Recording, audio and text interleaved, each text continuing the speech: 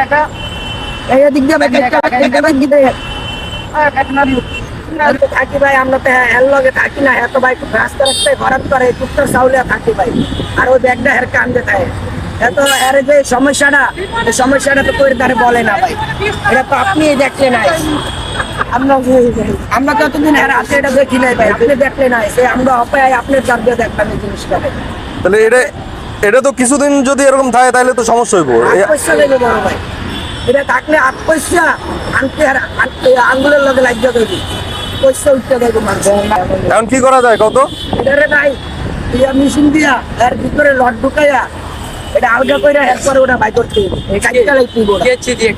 আচ্ছা, তাহলে চিন্তা করছি যে 8টার দিকে আমরা ওরে নিয়ে কারণ বাজারের দিকে যাবো, মানে এটা কি সম্ভব কিনা?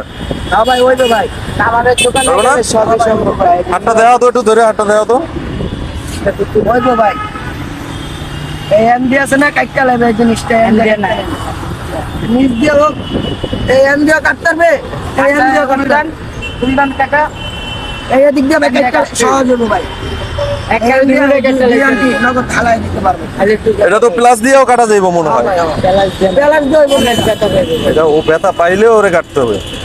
আর আমাদের দোকানে গেলে এরা ইয়া করে তুইল্লা Grinding machine দিয়া? ঢুকায় দিবে, শীত ঢুকায় তুইল্লা এবার হালকা ই করে কাটতে হবে। তো গ্রাইন্ডিং মেশিন দেয় না, আরেক জাতের মেশিন আছে স্কিউলেটের মতো। আচ্ছা, তোমরা এই যে হাতে যে ঝামেলাটা, এগুলো কি তোমরা তো একসাথেই থাকো?